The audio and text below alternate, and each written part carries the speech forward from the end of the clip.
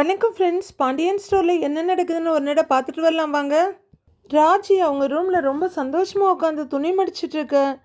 பக்கத்தில் சேரில் உட்காந்து மொபைல் பார்த்துட்டு இருந்த கதிர் என்னமோ நினச்சவர் டக்குன்னு துள்ளி குதிச்சு வந்து கட்டிலில் உட்காந்து, ஆமாம் தாத்தா எப்படி இருப்பாருன்னு கேட்குறாரு. ராஜிக்கு தூக்கி வாரி போடுது, ஒன்றும் புரியல. அதை வார்த்தையாலேயும் சொல்லிடுறாங்க.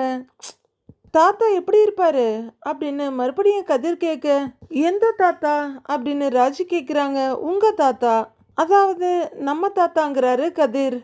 இப்போ எதுக்கு திடீர்னு அதை கேட்குற அப்படின்னு ராஜி கேட்க, சொல்லுங்கிறாரு கதிர். நீயும் தானே பார்த்துருப்ப, அவரை மறந்துட்டியா அப்படின்னு ராஜி கேட்க, நான் தூரத்தில் பார்த்துருக்கேன், அதுவும் ரொம்ப சின்ன வயசில், அந்த அளவுக்கு ஞாபகம் இல்லையேங்கிறாரு கதிர். எனக்கும் தான் பெருசாக ஞாபகம் இல்லை.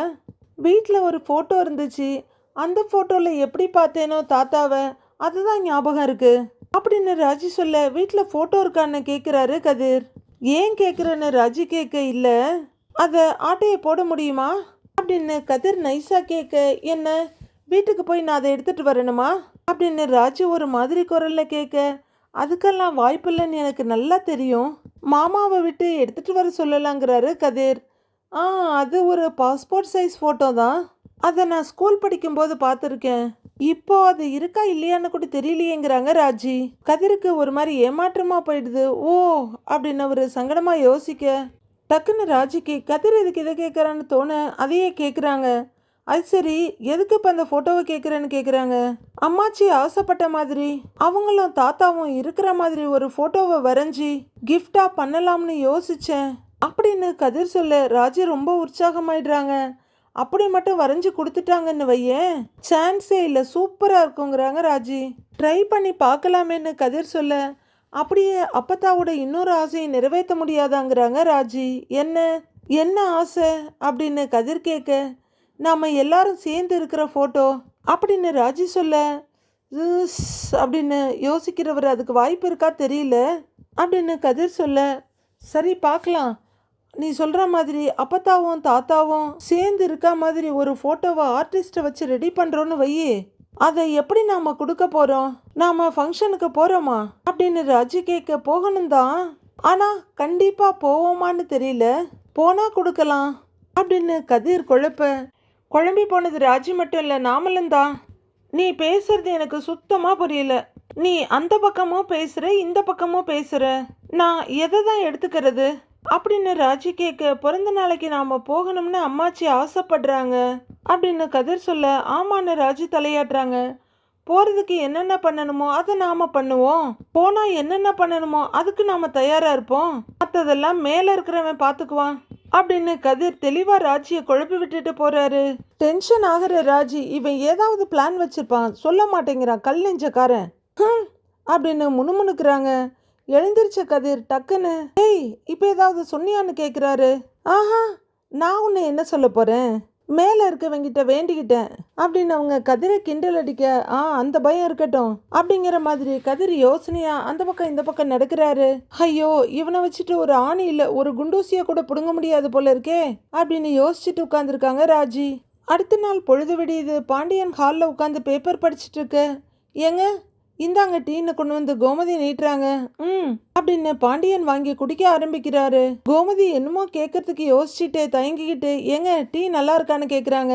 ஏய் என்னாடி என்னமோ தடவை டீ போட்டு தர மாதிரி கேட்குற அப்படின்னு பாண்டியன் கேட்க, ஒரு சிரிப்பு சிரிச்சிட்டு, இல்லைங்க சும்மா கேட்டேன், நல்லா இருக்கா இல்லையா அப்படின்னு கோமதி கேட்க, நல்லா தான் இருக்கு அப்படின்ற பாண்டியன் அடுத்த வாய் குடிக்க, சர்க்கரையெல்லாம் சரியா இருக்கா அப்படின்னு கோமதி கேட்க, அடுத்த வாயை குடிச்சு முடிச்சுட்டு, அதெல்லாம் சரியாக தான் இருக்குங்கிறாரு பாண்டியன். அடுத்து டிகாஷன் சரியா இருக்கா, சூடு சரியா இருக்கான்னு கேட்காம, சரிங்க காலையில் என்ன சமைக்கட்டுங்கிறாங்க கோமதி. நீங்கள் ஏதாவது வித்தியாசமாக சொல்லுங்களேன், செய்கிறேன் அப்படின்னு சிரிச்சுக்கிட்டே கேட்க, ஏய் என்னாச்சு உனக்கு, புதுசாக கேள்வி கேட்டுட்டு இருக்கிறவ, எப்பயும் போல சமைக்க வேண்டியது தானே அப்படின்னு பாண்டியன் திகைப்போட சொல்ல, ரொம்பவே சந்தோஷமா சிரிக்கிற கோமதி, இல்லை சும்மா தான், நீங்கள் சொல்லுங்களேன் நான் செய்கிறேங்கிறாங்க. இங்கே பாரு, உன்னால் என்ன சமைக்க முடியுமோ அதை நீ எதை கொடுத்தாலும் நான் சாப்பிட்டுக்கிறேன் போதுமா அப்படின்னு நம்பிக்கையோட சொல்கிறாரு பாண்டியன். கோமதி அதை காதலியே வாங்காமல் நின்றுட்டு இருக்க டம்ளரை வச்சுட்டு, ஏய் என்னாச்சுடி உனக்குன்னு கேட்க, அப்படின்னு கோமதி பார்க்க ஆள் இன்னைக்கு சரியில்லையே அப்படின்னு கேட்க அதுக்கும் அசட்டு சிரிப்பொன்னு சிரிச்சிட்டு நிக்கிறாங்க கோமதி. அப்படின்னு தலையாற்ற பாண்டியன் என்கிட்ட ஏதாவது பேசணுமாக்குங்கிறாரு. அதுக்கும் ஒரு அசட்டு சிரிப்பு சிரிச்சிட்டு பின்மண்டி அந்த லூசுங்க சொரியிற மாதிரி சொரிஞ்சிட்டு நிக்கிறாங்க. ஒரு வழியா வாயை திறந்து பேசணுங்கிறாங்க. சொல்லிக்கிட்டே பாண்டியன் பக்கத்துல வந்து உட்கார அதானே பார்த்தேன், சொல்லு என்ன விஷயங்கிறாரு பாண்டியன். இல்ல அம்மாவோட பிறந்த நாளைக்கு எல்லாரும் போலான்னு சொன்னீங்களே அது உண்மைதானே அப்படின்னு ராத்திரி சொன்னதை இப்ப கன்ஃபார்ம் பண்ணிக்க கேக்குறாங்க கோமதி. குடிகாரன் பேச்சு விடிஞ்சா போச்சுன்னு சொல்லுவாங்க. கோமதி பாண்டியனையும் அதே ரேஞ்சில் ட்ரீட் பண்றாங்க. இதை கேட்டு சிரிக்கிற பாண்டியன் ஆமாண்டி அது நெஜந்தாங்கிறாரு. கோமதிக்கு இப்பதான் ஹோல்ட் ஆயிருக்க பிரீத் வெளியே வருது. அப்பாடா நான் கூட ஏதோ தூக்க கலக்கத்துல உளறிட்டீங்கன்னு நினைச்சேன், காலையில மறந்துட்டீங்களோன்னு நினைச்சேன் அப்படின்னு கோமதி கேட்க இங்க பாரு, நீ அம்புட்டு அழகா சிக்குன்னு சின்ன பிள்ளை மாதிரி இருக்கேன்னு சொல்லியிருந்தா அதை நான் தூக்க கலக்கத்துல உளறி இருக்கேன்னு சொல்லலான்னு சொல்லிக்கிட்டே பாண்டியன் கோமதியோட கன்னத்தை செல்லமா கெல்லி முகத்துக்கிட்ட முகத்தை கொண்டு வந்து ரொமான்டிக்கா சொல்லிட்டு இருக்காரு. உடனே கோமதி பொய்க்கோவத்தோட அப்படின்னு தள்ளிவிட பாண்டியன் கலகலன்னு சிரிக்கிறாரு. கோமதி படு சீரியஸா முறைச்சிட்டு இருக்க கோமதி சீரியஸாவே போலங்கிறாரு அவரு. ஏங்க அதை பிள்ளைங்க கிட்ட சொல்ல வேணாமா அப்படின்னு கோமதி கேட்க இப்பதானே விடிஞ்சிருக்கு அதுக்குள்ளேயும் சொல்லணுமா அப்படின்னு பாண்டியன் கேட்க நேரமாச்சுன்னா ஆளுக்கு ஒரு திசையா போயிடுவாங்க, இருங்க இப்பவே எல்லாரையும் கூப்பிடுறேன் அப்படிங்கிற கோமதி ரொம்பவே ஆர்வத்தோட எழுந்து சரவணா, மயிலு, டேய் பழனி, சுகன்யா, டேய் கதிரு, ஆச்சி எல்லாரும் வாங்க அப்படின்றவங்க டேய் செந்திலு அப்படின்னு கூப்பிட்டுட்டு ஓ அவன் இல்லையா இங்க அப்படின்னு உச்சி கொட்டிக்கிட்டே மறுபடியும் பாண்டியன் பக்கத்துல வந்து உட்காடுறாங்க கோமதி. வந்துட்டேன் அப்படின்னு ஆளா பழனியோட வாய்ஸ் கேட்க அவன் இல்லைங்கிறத மறந்துட்டேங்க அப்படின்னு கோமதி சொல்லிட்டு இருக்க அப்படின்னு பாண்டியன் கேட்டுட்டு இருக்க அம்மா எதுக்குமா கூப்பிட்டீங்க அப்படின்னு கதிர் கேட்டுட்டு வர வாடா வா உட்காருன்னு பழனியை பார்த்து சொல்லிட்டு வாடா உட்காருன்னு சொல்ல குறுக்க நிற்கிற மயில தள்ளுன்னு சொல்லிட்டு சரவணன் ஒரு சேர்ல உட்கார பழனி அவருக்கு ஆப்போசிட்ல இருக்க சேர்ல உட்கார்றாரு. என்னம்மா எதுக்கு கூப்பிட்டீங்க அப்படின்னு சரவணன் கேட்க பாண்டியனை ஒரு பார்வை பார்த்துட்டு இவர் ஏதோ முக்கியமான ஒரு விஷயம் சொல்லணுமா அப்படின்னு கோமதி சொல்ல அப்படியான்ற மாதிரி பழனி ஆசையா பாக்குறாரு. எல்லாரும் ஆர்வத்தோட பாண்டியனை பார்த்துட்டு இருக்க முக்கியமான விஷயமா என்னது மாமா அப்படின்னு மயில கேட்க கோமதி புன்னகையோட பாண்டியனை பார்த்துட்டு இருக்காங்க. கோமதி நீயே சொல்ல அப்படின்னு பாண்டியன் சொல்ல ஏங்க நீங்க தானே குடும்ப தலைவர், அப்ப நீங்க தான் சொல்லணும் அப்படின்னு கோமதி சொல்ல ஒரு முடிவை முன்னாடியே எடுத்துப்புட்டு அதுக்கு என்ன சம்மதிக்கவும் வச்சுப்புட்டு இப்ப என்னடா நான் மொத்த குடும்பத்தையும் கூப்பிட்டு நிக்க வச்சுக்கிட்டு என்னைய சொல்ற அப்படின்னு இன்டைரக்டா பாண்டியன் கோமதிய பாராட்ட அதை புரிஞ்சுக்கிட்டு ரொம்பவே வெக்கத்தோட சிரிச்சிட்டு இருக்காங்க கோமதி. இதுல குடும்ப தலைவன்கிற அங்கீகாரத்தை வேற புதுசா கொடுக்குற அப்படின்னு கேட்க அதே வெக்க சிரிப்போட அப்படின்னு பாக்குறாங்க கோமதி. அதை பார்த்து சிரிக்கிற பாண்டியன் அவங்களையே பார்த்துட்டு இருக்க இங்க பாருங்க கண்டதையும் பேசாதீங்க முதல்ல விஷயத்த சொல்லுங்கிறாங்க கோமதி. எல்லாரும் என்னவா இருக்கணும் ஆர்வத்தோடைய பார்த்துட்டு நிக்கிறாங்க. ஒன்னும் இல்ல எல்லாருமே கண்டிப்பா கேள்விப்பட்டிருப்பீங்க கோமதியோட அம்மா இருக்காங்கல்ல அப்படின்னு பாண்டியன் ஆரம்பிக்க மயில வேகமா ஆமாங்கிறாங்க. அவங்களுக்கு 75வது பிறந்த நாள் இப்ப வரப்போகுதுன்னு சொல்ல அப்படின்னு சிரிச்சிட்டு நிக்கிறாரு கதிர். அவங்க பிறந்த நாளை இவங்க அண்ணங்க சீரும் சிறப்புமா கொண்டாடணும்னு திட்டம் போட்டிருக்காங்களாம். அதுக்கு நாம எல்லாரும் குடும்பத்தோட போறோம் அப்படின்னு பாண்டியன் சொல்லிட ஃபர்ஸ்ட் சாக்காயி அப்படியான்னு வாய் திறக்கிறது சுகன்யாதான். அவங்க பிறந்த நாளை சிறப்பா கொண்டாடுறோன்னு பாண்டியன் சொல்லிட அட அப்படியா மச்சான் அப்படின்னு திறந்த வாய் மூடாம பார்த்துட்டு இருக்காரு பழனி. கோமதி ஆமாண்டான்ற மாதிரி சிரிக்க அடேங்கப்பா அப்படி ஒரு நாள் கூட வரப்போகுதா என்ன அப்படின்னு ராஜி சிரிக்கிறாங்க. கதிர் மயில் எல்லாரும் சந்தோஷமா சிரிச்சிட்டு இருக்க அண்ணே என்னன்னே சொல்றீங்க அப்படின்னு சுதாரிச்சுட்டு கேக்குறாங்க சுகன்யா. இல்லப்பா அத்தையோட பிறந்த நாளுக்கு போகணும்னு சொல்ல வர்றேன் அப்படின்னு பாண்டியன் சொல்ல அப்பா வேணும்னா அம்மாச்சியை நம்ம வீட்டுக்கு கூப்பிட்டு பிறந்த நாள் கொண்டாடுவோமா அப்படின்னு ஐடியா கேட்குறாரு சரவணன். ஏண்டாங்கிற மாதிரி பாண்டியன் பார்க்க அவங்க கொண்டாடுற பிறந்த நாளைக்கெல்லாம் நம்ம போக வேணாம்ப்பா அப்படின்னு சரவணன் சொல்ல ஏண்டா அப்படின்னு பாண்டியன் கேட்க நாம அவங்கள கூப்பிட்டு பிறந்த நாள் கொண்டாடினா அவங்க சும்மா இருப்பாங்களான்னு கதிர் கேட்குறாரு. கதிர் அவங்க கொண்டாடுற பிறந்த நாளைக்கு நாம போனா மட்டும் சும்மா இருப்பாங்களா அப்படின்னு சரவணன் கேட்க சும்மா இல்லாம என்ன என்ன பண்ணுவாங்க அப்படின்னு சண்டைக்கு ரெடியாகிற மாதிரி கேட்கிறாரு கதிர். டேய் இருப்பா அப்படிங்கிறாரு பழனி.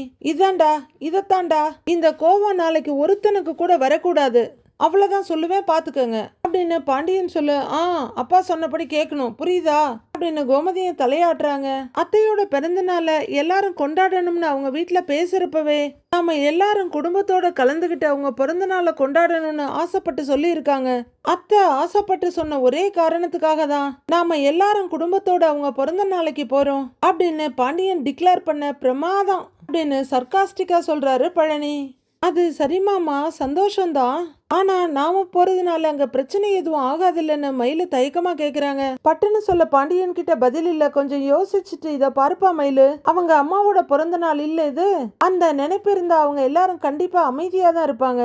அப்படி இல்லாம வழக்கம் போல ஆரம்பிச்சு ஓய் நான் அங்கிட்டு இங்கிட்டு கத்த குதிக்க ஆரம்பிச்சாங்கன்னா அவங்க அமைதியாகிற வரைக்கும் நாம அமைதியா போயிட வேண்டியதுதான். நான் சொல்றது புரியுதாடான்னு பாண்டியன் கேட்க, புரியுது நம்பவே முடியல அப்படின்னு இப்பதான் சுயநினைவுக்கு வர்றாரு பழனி. அப்புறம் அத்தை பேர்ல அன்னதானத்துக்கு வேற ஏற்பாடு பண்ணியிருக்கேன். அப்புறம் அத்தைய மனசார சந்தோஷமா வாழ்த்திட்டு நாம எல்லாரும் அவங்க காலில் விழுந்து ஆசீர்வாதம் வாங்கிக்கிட்டு வீட்டுக்கு வந்துகிட்டே இருக்கிறோம், அவ்வளவுதான் அப்படின்னு பாண்டியன் கிளியரா சொல்ல, நிறைய பேருக்கு நான் கிளியர் ஆகாம இருக்கு. அதுல ஆளு மயிலு. அடடா அப்படின்னு பழனி பாராட்டிட்டு இருக்க எல்லாரும் சந்தோஷமா சிரிக்கிறாங்க.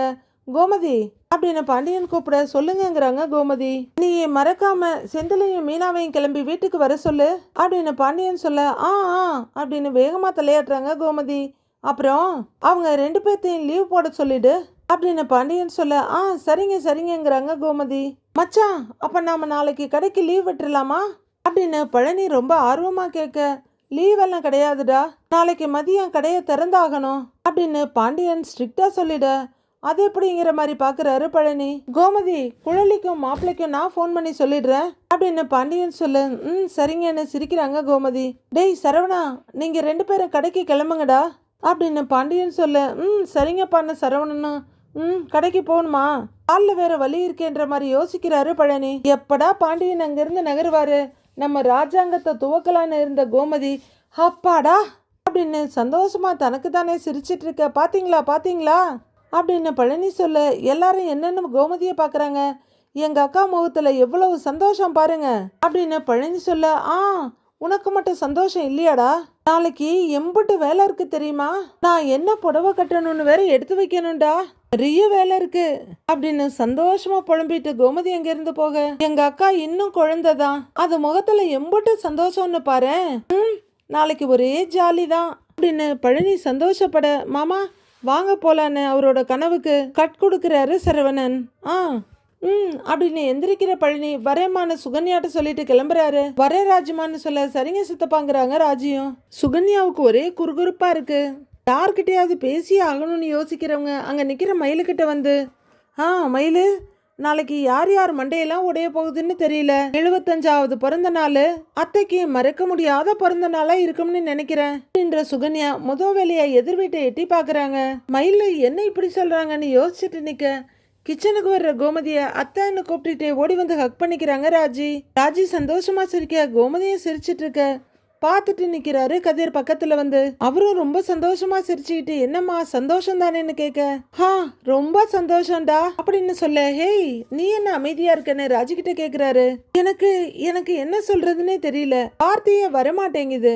ஆமா மாமா எப்படி இதுக்கு சம்மதிச்சாரு அப்படின்னு ராஜி கேட்க, எங்க அம்மா தான் பேசியிருப்பாங்க, பேசி போராடி எப்படியோ சம்மதிக்க வச்சிருப்பாங்க அப்படிங்கிற கதிர் இல்லையாமான்னு கோமதி கிட்ட கேட்க, போராட வேண்டியதுக்கான அவசியமே வரலடா, என் கண்ணுல கண்ணீரை பார்த்ததுமே உங்க அப்பா உடனே சம்மதிச்சிட்டாரு அப்படின்னு ரொம்ப பெருமையும் சந்தோஷமா சொல்ற கோமதி திடீர்னு முகம் வாடி போறாங்க. எனக்கு இப்பதான் ரொம்ப கவலையா இருக்குடா, பயமா இருக்குடான்னு சொல்ல, என்ன பயம்னு கேக்குறாரு கதிர். அவரை பத்தி நினைச்சலாம் எனக்கு பயம் இல்லடா, ஆனா என் சின்ன அண்ணனையும் அவரோட வாரிசையும் நினைச்சாதான் பயமா இருக்குன்றாங்க கோமதி. ஐயோ, காலில் சலங்கையை கட்டிக்கிட்டு ஆடி தள்ளிடுவாங்க. உங்க அப்பாவை அவமானப்படுத்தினாலோ இல்ல எங்க அம்மா வருத்தப்படுற மாதிரி நடந்துக்கிட்டாலோ என்னால தாங்கவே முடியாதுடா. பாவம்டா, அம்மாவை சந்தோஷப்படுத்துறோன்னு போய் மேலும் மேலும் அவங்கள வருத்தப்படுத்திடக்கூடாதுல்ல அப்படின்னு கோமதி தன்னோட மனசுல இருக்க பயத்தை கதிர்கிட்ட சொல்லிடுறாங்க. அப்படிலாம் எதுவும் ஆகாதுமா, அம்மாச்சிக்கும் சரி நமக்கும் சரி இந்த பிறந்த நாள் யாருக்குமே மறக்க முடியாத சந்தோஷமான ஒரு நாளா இருக்கும், அதுக்கு நான் கேரண்டி அப்படின்னு கதிர் கேட்க, கோமதியும் ஓகே இவன் தலையிட்டான்னா அது நல்லபடியா தான் முடியுன்ற மாதிரி ஒரு நிம்மதியா பாக்குறாங்க. இங்க வேல்ஸ் வீட்டுல சக்திவேல் கொந்தளிச்சுக்கிட்டு இருக்காரு. ஏன் தா அவன் என்ன ஜமீன்தாரா? நம்ம என்ன சோத்துக்கு வழி இல்லாமையா இருக்கோம்? அன்னதானம் போடுறானா அப்படின்னு கத்த டென்ஷன் ஆகுற மாதிரி. ஏங்க அவர் ஒண்ணு நமக்கு அன்னதானம் பண்ணல, இல்லாதவங்களுக்கு தானே போட போறாங்கன்னு கேக்குறாங்க. டென்ஷனோடு நிக்கிற வடிவும் நீ எதுக்கு சுகன்யா அங்க என்ன நடந்தாலும் இங்க வந்து சொல்லிக்கிட்டு இருக்கிற அப்படின்னு வடிவு கேட்க சுகன்யா ஒண்ணுமே தெரியாத அப்பாவி மாதிரி முகத்தை வச்சுட்டு தலையை கவிழ்ந்துக்கிறாங்க. அப்போ முத்துவேல் அங்க வர்றவர் என்னாச்சு என்ன பிரச்சனைன்னு கேக்குறாரு. அத்தை வீட்டுல இருந்து அப்பத்தா பிறந்த நாளைக்கு அன்னதானம் போடுறாங்களாம் அப்படின்னு குமரவேல் சொல்ல, டேய் என்னடா அத்தை அத்தை அத்தை தொத்தன்னுக்கிட்டு இது எத்தனை நாளா? எப்படா அவ அத்தையானா உனக்கு? தொலைச்சிடுவேன் தொலைச்சு அத்தை கித்தன்னா அப்படின்னு சக்திவேல் கத்த எழுந்திருக்கிற பாட்டி, டேய் சக்தி கொஞ்சம் அமைதியா அன்பா பேசுடா எல்லார்கிட்டையும், எதுக்குடா தேவையில்லாம சும்மா எகிரிக்கிட்டே இருக்கேன்னு கேக்குறாங்க. ஆமா முதல்ல நீங்க எகிருவீங்க, அப்புறம் உங்களுக்கு பிபி ஏறிடும், அப்புறம் உங்களை ஹாஸ்பிட்டல் கூட்டிட்டு போக வேண்டியதுதான் அப்படின்னு மாரிய அடிக்கிக்கிட்டே போக, ஏய் அப்படின்னு சக்திவேல் கத்த மாரிய கொஞ்சம் திடுக்குன்னு பாக்குறாங்க. சும்மா நை நை நைன்னு பேசிக்கிட்டே வர வர உனக்கு வாய் அதிகமாயி போய்கிட்டு இருக்கு அப்படிங்கிற சக்திவேல் பயங்கர கோவத்தோட அண்ணங்கிட்ட வர்றாரு. குரலை கொஞ்சம் குறைச்சிக்கிட்டு, அண்ணே அந்த குடும்பமே கோவிலுக்கு வரக்கூடாதுன்னு நம்ம சொல்லிக்கிட்டு இருக்கோம், இதுக்கு நடுப்புற அவங்க அன்னதானம் வேற போட போறாங்களாம், எப்படின்னு நாம ஒத்துக்க முடியும் அப்படின்னு பல்ல கடிச்சிட்டு கேக்குறாரு அண்ணங்கிட்ட சக்தி. டென்ஷன் ஆகுற பாட்டி, டேய் சக்தி அதுல நீ ஒத்துக்கிறதுக்கெல்லாம் எதுவுமே இல்லடா அப்படின்னு பாட்டி சொல்ல, ஆத்தா அது நம்ம குலதெய்வ கோவில் ஆத்தா, அதுல கோமதியோ அவ குடும்பமா காலடி எடுத்து வைக்க கூடாதுன்னு சொல்றேன் அப்படின்னு சக்தி கத்திக்கிட்டு இருக்க. தம்பி அப்படின்னு வடிவு கூப்பிட திரும்புறாரு சக்திவேல். ஏன் தம்பி இப்படி எல்லாம் பேசுறீங்க? கோமதிக்கும் அது குலதெய்வ கோவில் தானே, அங்க வரக்கூடாதுன்னு நாம எப்படி சொல்ல முடியும் அப்படின்னு வடிவு கேட்க, அண்ணி அப்படி இல்ல, எப்ப நாம வேணாம் நம்ம குடும்பம் வேணான்னு அப்பவே கோவிலுக்கும் குலதெய்வத்துக்கும் அவளுக்கும் எந்த சம்பந்தமும் கிடையாது அப்படிங்கிற சக்திவேல் முத்துவேல் கிட்ட திரும்பி, அண்ணே நீங்க வாங்கண்ணே நம்ம போய் என்ன ஏதுன்னு கேட்டுட்டு வருவோம் அப்படின்னு சண்டைக்கு ஒரு ஆளா பறக்க, டேய் டேய் டேய் இருடா அவசரப்படாதடா, வெண்ணெய் திரண்டு வரும்போது பானையை உடைச்ச கதையா பண்ணிட போற, இதோ பாருப்பா ஒரு நாளாவது என் பொண்ணோடையும் அவ குடும்பத்தோடையும் சந்தோஷமா இருந்துட்டு போறேனே அப்படின்னு பாட்டி அழுகியோட கெஞ்சாத குறையா சொல்றாங்க. சி அப்படின்னு முகத்தை திருப்பிக்கிறாரு சக்திவேல். அத்தா நீ என்ன சொன்னாலும் சரி அந்த ஓடுகாலி அவங்க குடும்பமும் அங்க வர்றதுக்கு நான் சம்மதிக்கவே மாட்டேன். அண்ணே வாங்கண்ணே நாம போயிட்டு வருவோம் அப்படின்னு சக்திவேல் முத்துவேல கூப்பிட அவரு எந்த உணர்ச்சியும் காட்டாம அசையாம நிக்கிறாரு. என்ன தம்பி இது, அத்தை பாவம் அவங்களே யோசிச்சாவது கொஞ்சம் அமைதியா இருங்க தம்பி அப்படின்னு வடிவு சொல்றாங்க. ஏங்க அத்தை ஆசைப்படுறத நீங்க செய்யாம வேற என்னத்தை செஞ்சாலுமே அவங்க மனசு நிறையாது அப்படின்னு மாறி சொல்ல ஏக்கமா பாத்துட்டு இருக்காங்க பாட்டி. அதை ஏன் நீங்க புரிஞ்சுக்கவே மாட்டேங்கிறீங்கன்னு மாறி கேட்க, ஏய் எல்லாம் எங்களுக்கு தெரியும் அப்படின்னு சொல்ல, எப்படியோ போய் தொலை உங்ககிட்ட எல்லாம் பேச முடியுமான்னு முகத்தை திருப்பிக்கிறாங்க மாறி. வர வர பேச்சு அதிகமாயிட்டே இருக்குது அப்படிங்கிற சக்தி மறுபடியும் அண்ணங்கிட்ட திரும்பி, அண்ணே இவங்கெல்லாம் கிடக்குறாங்கண்ணே வாண்ணே நம்ம போயிட்டு வருவோம் வாண்ணே அப்படின்னு கைய பிடிச்சி இழுக்க முத்துவேல் அதே இடத்துல நிக்க, என்ன இதுன்னு சக்திவேல் திகச்சு போய் பார்க்க எல்லாருமே அதிர்ந்து போய் பாக்குறாங்க. எல்லாருமே அப்படியே பார்த்துட்டு இருக்க ஒரு நிமிஷம் திகச்சு போற சக்திவேல் வாண்ணேன்னு மறுபடியும் கைய பிடிச்சி இழுக்கிறாரு. முத்துவேல் எந்த பதிலும் சொல்லாம இருக்கிற இடத்த விட்டு நகராம நிக்கிறாரு. மெதுவா அவரோட கைய பிடிச்சி இழுத்துட்டு இருக்க தம்பியோட கையை எடுத்து விடுறாரு. நம்ப முடியாம சக்திவேலோட கை அப்படியே அந்தரத்திலேயே நிக்குது. எல்லாரும் அதிர்ந்து போய் பாக்குறத விட சக்திவேல் ரொம்ப அதிர்ந்து போய் பாக்குறாரு அண்ணனை. வேணா சக்தி கோவிலுக்கு வர்றவங்க வரட்டும், சாமி கும்பிடட்டும், அன்னதானம் போடட்டும் அப்படின்னு முத்துவேல் சொல்ல முதல்ல சந்தோஷப்பட்டு சிரிக்கிறாங்க மாறி. வடிவுக்கும் அந்த சிரிப்பு தொத்திக்குது. நாம யாரையும் தடுக்க வேணாம்னு முத்துவேல் சொல்ல அப்படியே ஆடி போறாரு சக்திவேல். ச்சே நாம என்னென்னமோ எதிர்பார்த்து வந்தா இவரு இப்படி சொல்லிட்டு இருக்கிறாரு. பெரிய மாமாவுக்கு என்ன மூளை குழம்பி போச்சான்னு பாக்குறாங்க சுகன்யா. ஐயா சாமி ஒரு வார்த்தை சொன்னாலும் திருவார்த்தை மாதிரி சொன்னடான்னு மகனை நெகிழ்ந்து போய் பாட்டி பார்த்துட்டு இருக்க. அப்பா பெரியப்பா சொல்லிட்டாங்கன்னா அப்பா கேட்டுதானே ஆகணும், அதுக்கு அப்பீலே கிடையாதுன்ற மாதிரி குமரவேல் பாக்குறாரு. அட ஆச்சரியமே இவரா இப்படி சொன்னாருன்னு மறுபடியும் வடிவு பாக்குறாங்க. என்னென்ன சொன்னீங்க, அந்த ஓடுகாலிங்க வரட்டும்னு சொல்றீங்களா அப்படின்னு சக்திவேல் கேட்க, ஆமாண்டான்னு சிம்பிளா முடிக்கிறாரு முத்துவேல். பாட்டி சந்தோஷத்துல ஆனந்த கண்ணீரை விட ஆரம்பிக்க, அவ்வளவுதான் அண்ணே வாயால இப்படி ஒரு வார்த்தையை கேட்டுட்டோமேன்னு அதிர்ச்சியோட நிக்கிறாரு சக்திவேல். நம்ம குலதெய்வம் கோவிலுக்கா அப்படின்னு அவரு கேட்க, ஆமா அப்படிங்கிறாரு முத்துவேல். அம்மாவுக்கு தான் புத்தி பேதலிச்சு போய் அப்பப்ப ஏதாவது உளரும், உங்களுக்கு என்னென்ன ஆச்சு அப்படின்னு முத்துவேலை பார்த்து கேட்கிறாரு சக்திவேல். ஏய் வாய மூடுறா, என்னடா பெரியவங்க சின்னவங்கன்னு மரியாதை இல்லாம பேசிட்டு இருக்கிற? அவன் உன் அண்ணன், மரியாதையா பேசுங்கிறாங்க பாட்டி. சக்திவேல் எல்லாரையும் ஒரு பார்வை பார்த்துட்டு, உங்க எல்லார்கிட்டையும் தெரியாம தான் ஒரு கேள்வி கேட்குறேன். நான் பேசுறது குத்தம், நான் இங்க வசிக்கிறது குத்தம்னு எல்லாரும் சேர்ந்து கிளாஸ் எடுப்பீங்கல்ல, ஆனா நீங்க எல்லாரும் இங்க நடந்ததெல்லாம் மறந்துட்டீங்களா? கோமதியும் ராஜியும் முகத்துல பூசின கரிய மறந்துட்டீங்களா? ஊர்க்காரங்களுக்கு முன்னாடி நம்ம குடும்பம் பட்ட அவமானத்தெல்லாம் மறந்துட்டியானே அப்படின்னு சக்திவேல் கேட்க, யாரும் எதையும் மறக்கல சக்தி. அவங்க கோவிலுக்கு வர்றதுனால 2 குடும்பமும் ஒன்று சேர போகுதுன்னு அர்த்தம் கிடையாது. நாளைக்கு அவங்க யாரும் இந்த வீட்டுக்குள்ள வந்து உட்கார போறதும் இல்ல. இம்புட்டு வருஷமா எனக்கு இது வேணும் அது வேணும்னு கேட்காதம்மா இப்ப வாயை திறந்து இதை கேட்டிருக்காங்க. அதை நடத்தி கொடுக்க வேண்டியது நம்மளோட கடமை அப்படின்னு முத்துவேல் சொல்லிட்டு இருக்க, எனக்கு என் மகளை பார்க்கணும், அவ கூடவும் அவ குடும்பத்தோடவும் ஒரு நாளாவது இருக்கணும்ப்பா. அதை தானே நான் கேட்குறேன், வேற என்ன கேட்குறேன் அப்படின்னு பாட்டி தன்னோட ஆசையை மறுபடியும் அழுத்தமா சொல்லி அழுதுட்டு இருக்காங்க. முத்துவேல் அவங்க அம்மாவை ஆதரவா அணைச்சிக்கிறாரு. அழாதீங்கம்மா அப்படின்னு தட்டி கொடுக்க, பாட்டி நிமிந்து முத்துவேலை பாக்குறாங்க. அம்மா நீங்க கேட்கறது நடக்கும் புரியுதா அப்படின்னு முத்துவேல் சொல்ல, பாட்டி சரின்னு தலையாட்டுறாங்க அழுதுகிட்டே. அண்ணே அப்படின்னு சக்திவேல் ஆரம்பிக்க, நிறுத்துடா அப்படிங்கிற மாதிரி கையை காட்டுற முத்துவேல், வேணா சக்தி வேணா அப்படின்னு சொல்ல, கை முஷ்டியை பிடிச்சி அப்படியே அவர் தொடையிலேயே தட்டிக்கிறாரு. இது விஷயமா இனிமே யாருமே பேச வேண்டாம், வர்றவங்க எந்த பிரச்சனையும் பண்ண மாட்டாங்கன்னு நான் நம்புறேன் அப்படின்னு முத்துவேல் சொல்ல, அண்ணனை நம்ப முடியாம பாக்குறாரு சக்திவேல். மீறி ஏதாவது பிரச்சனை பண்ணாங்கன்னா அப்ப பாத்துக்கலாம் அப்படின்னு உதடு கூட அசையாம முத்துவேல் சொல்ல, சரின்னு ரொம்ப சரி அப்படிங்கிற மாதிரி பாக்குற சக்திவேல் பட்டுன்னு 2 கையும் அடிச்சு கும்பிடுறாரு. அதே போஸோட எல்லாரையும் ஒரு பார்வை பார்த்துட்டு, எப்படியோ எல்லாரும் போங்க அப்படின்னு அங்கிருந்து கிளம்பிடுறாரு. எல்லாரும் ஒரு மாதிரி அன்ஈஸியா நின்றுட்டு ஒருத்தர் பார்த்துட்டு இருக்க, ஏமா புரிஞ்சிக்கவே மாட்டேங்கிறான் அப்படின்னு முத்துவேல் கேட்குறாரு.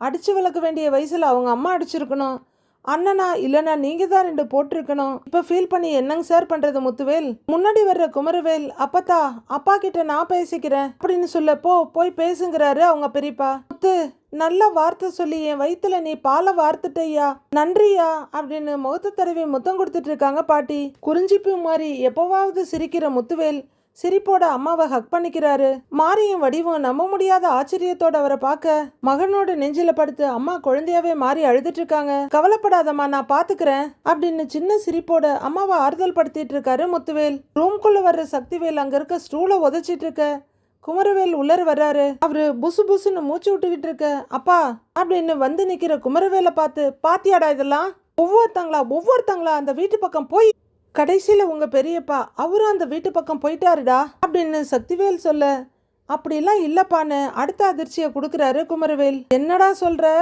அவனே அப்படிங்கிற மாதிரி சக்திவேல் பார்க்க, நீங்க ஏன்பா அப்படி நினைக்கிறீங்க? அப்பத்தான் சந்தோஷமா இருக்கணும்னு பெரியப்பா இந்த முடிவுக்கு சம்மதிச்சிருப்பாரு அப்படின்னு குமரவேல் சொல்ல, ஏய் அப்பத்தான் சந்தோஷத்துக்காகலாம் இல்ல, அவருடைய பொண்ணு சந்தோஷத்துக்காக அப்படின்னு சக்திவேல் விஷத்தை தூவ, ஐயோ அப்பாங்கிற மாதிரி பாக்குறாரு குமரவேல். நாளைய முன்ன இதை வச்சு யாரும் அவகிட்ட பிரச்சனை பண்ணக்கூடாதுல்ல, அதுக்காக மட்டும் தாண்டாங்கிறாரு சக்திவேல். சரி விடுங்கப்பான்னு குமரவேல் சொல்ல, நான் விட்டுடுறேன்டா, மொத்தமா நான் விட்டுடுறேன், எல்லாரும் போய் கைய கட்டி அவங்க வீட்டு முன்னாடி போய் நின்னுட்டு வந்துருவோமா அப்படின்னு குனிஞ்சி இல்லாத ஆக்ஷன்லாம் பண்ணிட்டு எரிச்சலோட நிமிர்றாரு சக்திவேல். என்ன அந்த பரதேசி குடும்பமே இந்த விழாவை தலைமை ஏத்து சிறப்பா நடத்தட்டும், நம்ம எல்லாரும் போய் கைய கட்டி நின்னு அவன் போடுற தயிர் சாதத்தையும் சாம்பார் சாதத்தையும் அப்படிங்கிறவரு கைய முன்னாடி பின்னாடி நக்கி காமிச்சிட்டு வந்துருவோமா, எல்லாம் என் பையனை சொல்லிக்கிறதுக்கே வெக்கமா இருக்கு அப்படின்னு அவரு கத்திட்டு திரும்பிக்க, குமரவேலுக்கு இவரை எப்படிதான் சமாதானப்படுத்துறதுன்னு தெரியல.